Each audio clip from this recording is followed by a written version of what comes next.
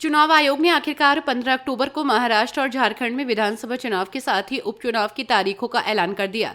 महाराष्ट्र विधानसभा चुनाव के लिए सिंगल फेज में 20 नवंबर को वोटिंग होगी, जबकि झारखंड में 2 फेज 13 और 20 नवंबर को वोट डाले जाएंगे। दोनों जगह के नतीजे 23 नवंबर को आएंगे। इसके अलावा 13 राज्यों की 47 विधानसभा सीटों पर 13 नवंबर को वोटिंग होगी। बात करें उन राज्यों की जहां पर विधानसभा उपचुनाव होने हैं, इसमें यूपी की 9 विधानसभा सीटें शामिल हैं, राजस्थान की 7 सीट पर, पश्चिम बंगाल की 6 सीटों पर, असम की 5 सीट और बिहार और पंजाब की 4-4 सीट और कर्नाटक की 3 सीट पर, केरल, मध्य प्रदेश और सिक्किम की 2-2 सीटों पर और गुजरात, उत्तराखंड, मेघालय और छत्तीसगढ़ की 1-1 विधानसभा सीट पर उपचुनाव होगा।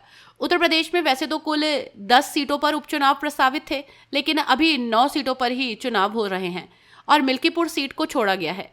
दरअसल 2022 विधानसभा में सपा प्रत्याशी अवधेश प्रसाद ने इस सीट से जीत हासिल की थी।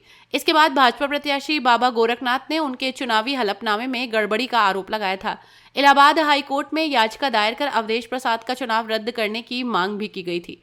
इधर जब 2024 के लोकसभा चुनाव में फैजाबाद यानी अयोध्या से अखिलेश यादव ने अवधेश प्रसाद को प्रत्याशी बनाया, तो उन्होंने यहां जीत दर्ज करते हुए अपने मिल्कीपुर पद से इस्तीफा दे दिया।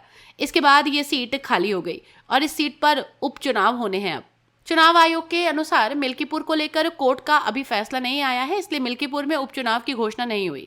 हालांकि उत्तर प्रदेश के मिल्कीपुर सीट पर चुनाव न करवाने के पीछे विपक्ष अलग अलग उत्तर दे रहा है। सपा पार्टी के प्रवक्ता उदयवीर सिंह का कहना है कि सीसामऊ से विधायक रहे इरफान सोलंकी की याचिका के कारण वहां तो चुनाव नहीं टला, फिर मिल्कीपुर पर इतनी मेहरबानी क्यों? ये सब कुछ चुनाव आयोग और बीजेपी की मिली भगत से हो रहा है। इस मामले को लेकर अखिलेश यादव ने एक्स पर पोस्ट भी किया, जिसने जंग टाली है समझो उसने जंग हारी है। वैसे अब इस मामले में नया मोड़ आ गया है, क्योंकि बीजेपी की तरफ से याचिका वापस ले ली गई है। बाबा गोरखनाथ का कहना है कि उन्हें नहीं पता था कि उनकी याचिका की वजह से वहां चुनाव रुक जाएंगे। ऐसे में जैसे ही उन्हें इस बात की जानकारी हुई, उन्होंने याचिका वापस लेने की कार्रवाई की। अब देखना यह होगा कि बाकी सीटों की तरह क्या यहाँ भी 13 नवंबर को चुनाव होंगे।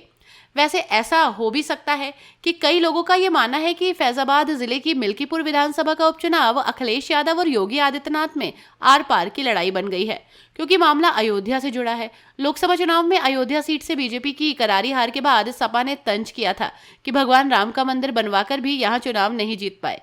ऐसे में बीजेपी यहाँ चुनाव जीतकर यही प्रूव करना चाहती है कि उस चुनाव में सपा का तुक्का लग गया था।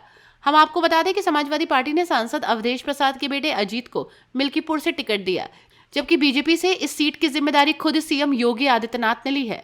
अब आने वाले समय में अगर मिल्कीपुर सीट पर चुनाव होता है तो ये अपने आप में काफी दिलचस्प होगा। ऐसी ही और खबरों के लिए देखते रहिए #भारत।